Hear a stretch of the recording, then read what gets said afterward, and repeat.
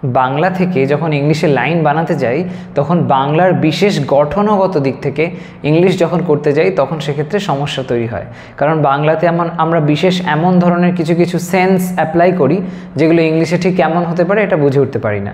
যেমন ধরো এই যে সেন্সটা যে হোক বা না হোক এরকম ধরনের অর্থ, বাংলাতে যখন কোনো কথা আমরা এইভাবে বলি যে হোক বা না হোক এরকম বলে পরে আমরা আরও কোনো কথা তার সাথে হয়তো জুড়ে দিচ্ছি, এই যে সেন্সটা এটা করার জন্য ইংলিশে কী ধরনের ফরম্যাট অ্যাপ্লাই করতে হয়, কেমনভাবে করলে পরে এটা একদম যথাযথ হয়, সেই বিষয়টা আলোচনা করার জন্য আজকের এই ভিডিও। তোমরা জানো আমি বেঙ্গলি স্ট্রাকচারের ইংলিশে যে আর কি ফরমেশন হতে পারে সেটার উপরে বেশ কয়েকদিন ধরে হলো ভিডিও করে যাচ্ছি। আজকে তার 10 নম্বর ভিডিও সিরিজের কোনো ভিডিও যদি মিস করে থাকো কমেন্ট সেকশানে দেখো, সেখানে পিন করা আছে এই টোটাল প্লেলিস্টটা। তো আজকে যেটা আমরা দেখব এই হোক বা না হোক সেন্সে, সেটা হলো ওয়েদার অর নট এটার ব্যবহার। ওয়েদার অর নট কীভাবে, দেখো কত লাইন আমরা শুধুমাত্র এই বিশেষ ফ্রেজটা অ্যাপ্লাই করে ওয়েদার অর নট অ্যাপ্লাই করে লাইন বানাতে পারি কত সহজে। দেখো এখানে যে লাইন্সগুলো রয়েছে সেগুলো আমরা পরপর চেক করব। প্রথম লাইনটা লক্ষ্য করো, বৃষ্টি হোক বা না হোক আমরা তাও পার্কে যাচ্ছি। বৃষ্টি হোক বা না হোক আমরা তাও পার্কে যাচ্ছি, মানে কিছু এসে যায় না, সিচুয়েশান যাই হোক না কেন আমরা অবশ্যই পার্কে আজকে যাচ্ছি, এই অর্থটা। তো যখন এরকম ধরনের কথা বলা হয় তখন এই বৃষ্টি হোক বা না হোক এই সেন্সে তোমরা ব্যবহার করতে পারো ওয়েদার অর নট। তাহলে কিভাবে হবে, শুরুতে লিখতে হবে weather or not, whether or not লেখার পরে সিম্পল প্রেজেন্ট টেন্স অ্যাপ্লাই করতে পারি এখানে, কারণ হোক বা না হোক এমন কথা যেই আসছে তার মানে simple present tense. Weather or not it rains, বৃষ্টি হোক বা না হোক আমরা তাও পার্কে যাচ্ছি, এই সেন্সটা আমরা তাও পার্কে যাচ্ছি, এই যে কথাটা বলা হলো মানে আমরা যাচ্ছি মানে কাজটা চলছে এরকম সেন্স অনুযায়ী লিখতে হবে। তাহলে হবে উই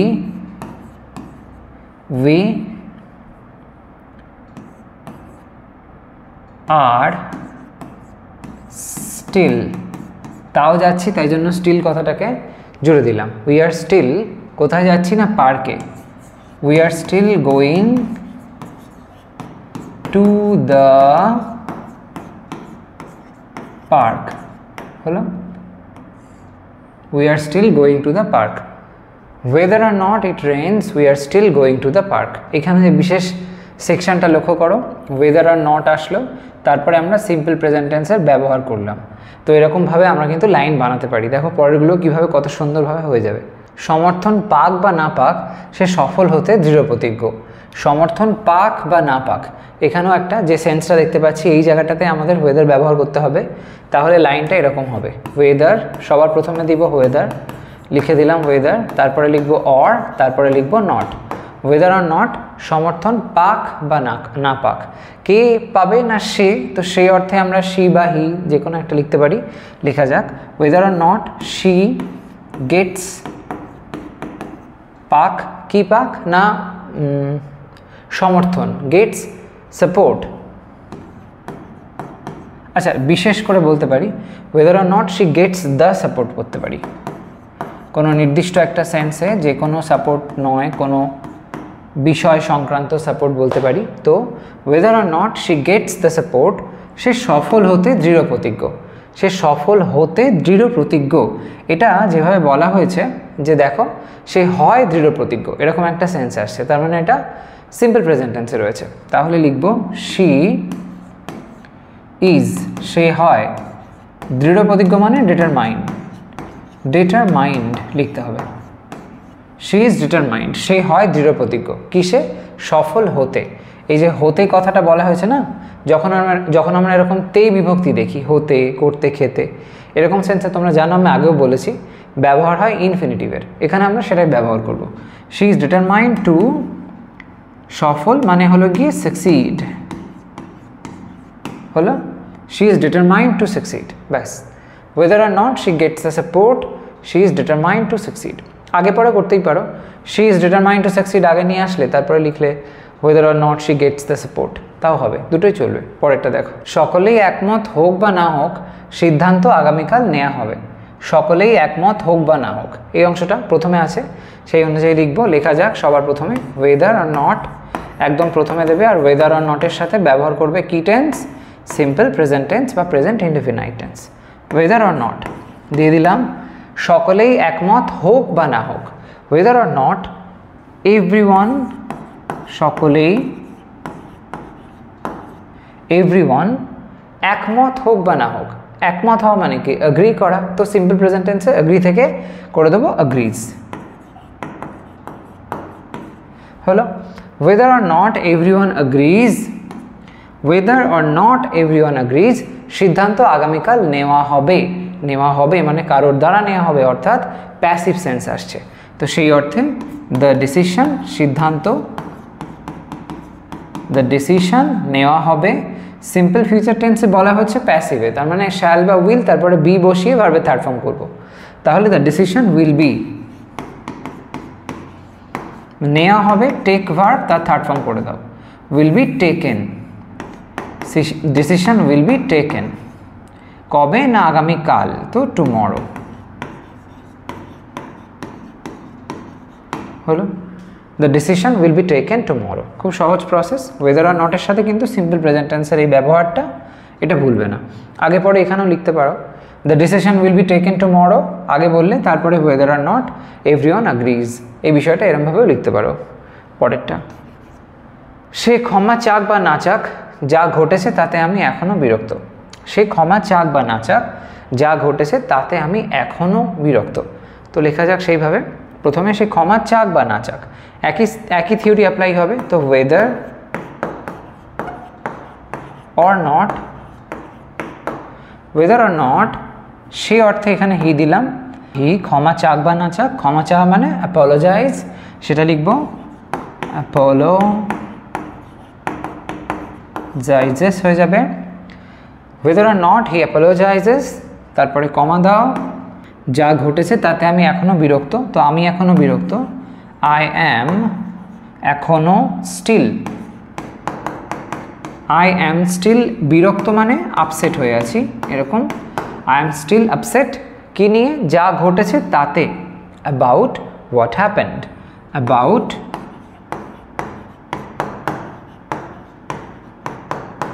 হোয়াট হ্যাপেন্ড।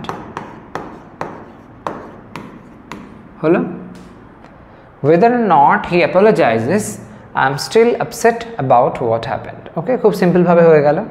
পরেরটা দেখো, থিওরিটা শুধু মনে রাখবে, যখন এরকম হোক বা না হোক সেন্স আসবে তখন ওয়েদার অর নট অ্যাপ্লাই করার পরে সিম্পল প্রেজেন্ট টেন্স, তারপরে কমা দিয়ে যে কথাটা যেরকম টেন্সে বলছো সব চলবে। পরেরটা, অনুগ্রহ করে নিশ্চিত করুন যে প্যাকেজটি বিতরণ করা হয়েছে কিনা। অনুগ্রহ করে নিশ্চিত করুন যে প্যাকেজটি বিতরণ করা হয়েছে কিনা। এখানে হোক বা না হোক এরকম সেন্স পাচ্ছি না, কিন্তু অ্যাকচুয়ালি ওটা আছে। বোঝার চেষ্টা করো যে বিতরণ করা হয়েছে কিনা মানে কি, বিতরণ করা হয়েছে নাকি হয়নি, এরকম একটা সেন্স আসলো। তো সেই অর্থ একইভাবে চলে আসলো। লেখা যাক অনুগ্রহ করে নিশ্চিত করুন, এরকমভাবে এটা লিখতে পারি। অনুগ্রহ করে মানে প্লিজ, নিশ্চিত করুন মানে কি বলবো, কনফার্ম করুন, তাই না? Please confirm, please confirm, please confirm whether or not বিতরণ করা হয়েছে কিনা। যেহেতু হয়েছে বলা হয়েছে, এরকম সেন্সে আমরা সিম্পল না প্রেজেন্ট পারফেক্ট টেন্সের ব্যবহার করতে পারি। হয়েছে, খাওয়া হয়েছে, যাওয়া হয়েছে, এরকম সেন্স আছে যখন present perfect tense. Present perfect tense যখন হবে, এবার যদি দেখা যায় কাজটা অন্যের দ্বারা হচ্ছে, তখন আমরা প্রেজেন্ট পারফেক্টের প্যাসিভ করব। এখানে দেখো লাইনটা বিতরণ করা হয়েছে মানে কারোর দ্বারা হয়েছে, তো প্রেজেন্ট পারফেক্টের প্যাসিভ। তো সেই অনুযায়ী আমরা হ্যাভ হ্যাজে যেটা হবে আর কি দেখবো এখানে কি হয়, তার সাথে বিন জুড়ে দেবো আর ভার্বের থার্ড ফর্ম করবো। তো দেখা যাক সেটা। Please confirm weather or not the package, the package, the package, package যেহেতু হচ্ছে তাহলে হ্যাজ লিখতে হবে আমাকে, হ্যাভ তো লিখতে পারবো না। দ্য প্যাকেজ হ্যাজ, সিঙ্গুলার তাই, বিন, হ্যাজ বিন বিতরণ করা। বিতরণ মানে হচ্ছে বলতে পারো গিভ অ্যাওয়ে, এটা করা যেতে পারে যদি ফেজাল ভাবে অ্যাপ্লাই করি, বা ডিস্ট্রিবিউটও বলা যেতে পারে। তো এখানে the package has been given, ভার্বের থার্ড ফর্ম হবে অ্যাওয়ে, ফ্রেজাল ভাবে অ্যাপ্লাই করলাম। ওকে, whether or not the package has been given away. Please confirm weather or not, দেখো একটুখানি কনস্ট্রাকশনটা এখানে কিন্তু ডিফারেন্ট হলো, ঠিক আগেরটার মতন ফরম্যাট হলো না, একটুখানি আলাদা সেন্স দেখতে পাচ্ছি এখানে আমরা, যেখানে ওয়েদার অর নট আসলো। এই প্রসেসটাও হতে পারে, এরকম ধরনের থিওরিটাও অ্যাপ্লাই করবে। তবে এখানে আরেকটা কথা বলে দিই, যদি এখানে বিতরণ করা হয়েছে না হয় এরকম হতো যে লাইনটা প্যাকেজটা পৌঁছানো হয়েছে কিনা, তাহলে তোমরা গিভেন অ্যাওয়ে না লিখে ওখানে ডেলিভার্ড কথাটাকে লিখতে পারতে, ডেলিভার্ড। ওকে, পরেরটা দেখো, তুই ফলাফল পছন্দ কর বা না কর আমাদের এটা মেনে নিতেই হবে। তুই ফলাফল পছন্দ কর বা না কর আমাদের এটা মেনে নিতেই হবে। ওই আগে যেরকম স্ট্রাকচার দেখছিলাম সেম একই রকম স্ট্রাকচার আমরা অ্যাপ্লাই করব। লেখা যাক, ফলাফল পছন্দ কর বা না কর, whether or not you তুই পছন্দ কর বা না কর, whether or not you like it নয় অ্যাকচুয়ালি ফলাফল, তো লাইক দ্য আউটকাম, ফলাফল সেন্সে আউটকাম বলতে পারি, রেজাল্টও বলতে পারি। whether or not you like the outcome আমাদের এটা মেনে নিতেই হবে। we নিতেই হবে বলা হয়েছে তো, তাই জন্য we have to লিখতে হবে, we have to accept, we have to accept it, এটা। ওকে, whether or not you like the outcome we have to accept it হলো। তাহলে whether or not আবার একবার দেখলাম সেম প্রসেসে অ্যাপ্লাই হলো। তারপরে আসলো সিম্পল প্রেজেন্ট টেন্স, পরেরটা, সমস্ত বাধা দূর হোক বা না হোক। এই অংশটা বাধা তো নিজে থেকে দূর হয় না, কারোর দ্বারা দূর হয়, কোনো কিছুর মাধ্যমে দূর হয়, তো সেই সেন্সে এটা আমরা প্যাসিভ করে লাইনটাকে লিখতে পারি। তো সমস্ত বাধা দূর হোক বা না হোক, whether or not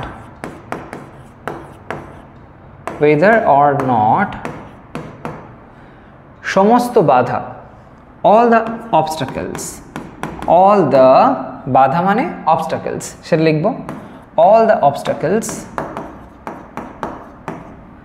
হোক বা না হোক। আমি কি বলেছিলাম এখানে, যে এটা অন্যের দ্বারা হোক সেন্সে বোঝানো হয়েছে, তো সেই অর্থে whether or not all the obstacles are removed simple present টেন্সে আমরা প্যাসিভ করে দিলাম। whether or not all the obstacles are removed আমরা পরিকল্পনা নিয়ে এগিয়ে যাব, আমরা পরিকল্পনা নিয়ে এগিয়ে যাব মানে প্রসিড করব, we will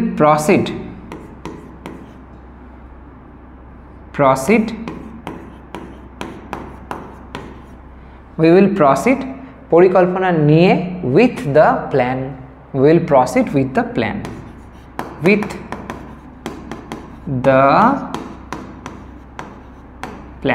হলো, we will proceed with the plan।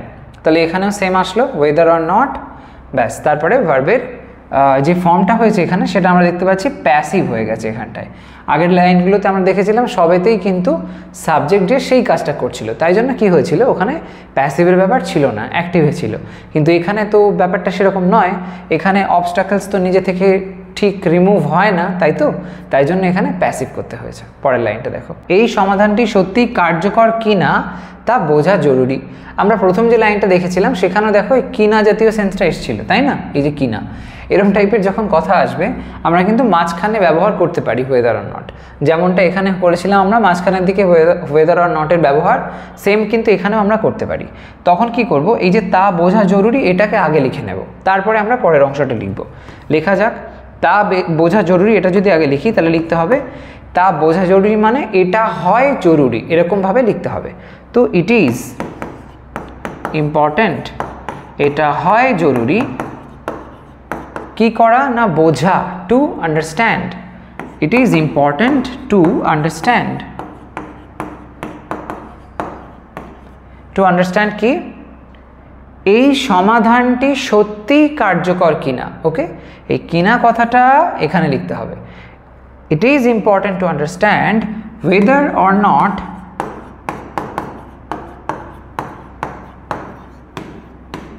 whether or not কি এই সমাধানটি সত্যি কার্যকর কিনা। তো whether or not the solution, এই সমাধানটি, the solution is সত্যি মানে ট্রুলি বলতে পারি, ট্রুলি, সমাধানটি সত্যি কার্যকর। আচ্ছা, কার্যকর সেন্সে খুব ভালো একটা শব্দ হচ্ছে ফিজিবল। সেটা ব্যবহার করতে পারো, এখানে অ্যাপ্লাই করা যেতে পারে। ওকে, ইজ ট্রুলি ফিজিবল। তো it is important to understand weather or not the solution is truly feasible.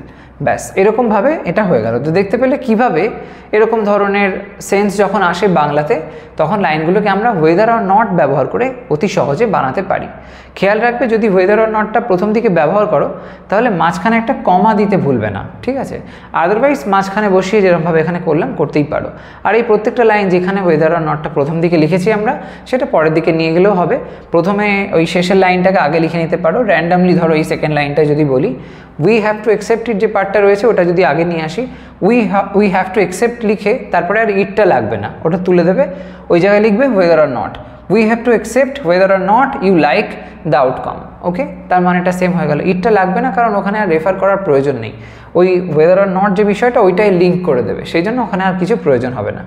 Anyway, তো এরকমভাবে তোমরা এই লাইনগুলোকে অতি সহজে বানাতে পারো। কোথাও যদি কোনো কনফিউশন হয় আমাকে কমেন্ট সেকশনে অবশ্যই জানিও।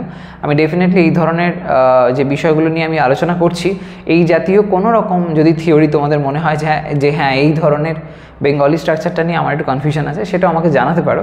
আমি সেটাও নিয়ে অবশ্যই ভিডিও করে বা যখন সময় পাবো যেভাবেই হোক না কেন কমেন্ট সেকশানে উত্তর দিয়ে হতে পারে, আমি ডেফিনেটলি সেই তোমাদের কনফিউশনটা ক্লিয়ার করব। আজকের ভিডিও এই পর্যন্তই থাকছে। যদি মনে হয় হ্যাঁ ঠিকঠাক কিছু ইনফরমেশন পেয়েছো, এটা লাইক করতে ভুলো না, শেয়ার করো সবার সাথে। আর হ্যাঁ, এই চ্যানেলটা এখনও সাবস্ক্রাইব না করে থাকলে ডেফিনেটলি করে নাও। এমন ধরনের ইনফরমেটিভ ভিডিওস আমার চ্যানেল থেকে তোমরা পেতেই থাকবে। আজ তবে আসি, সবাই ভালো থাকো, সুস্থ থাকো, বাই বাই।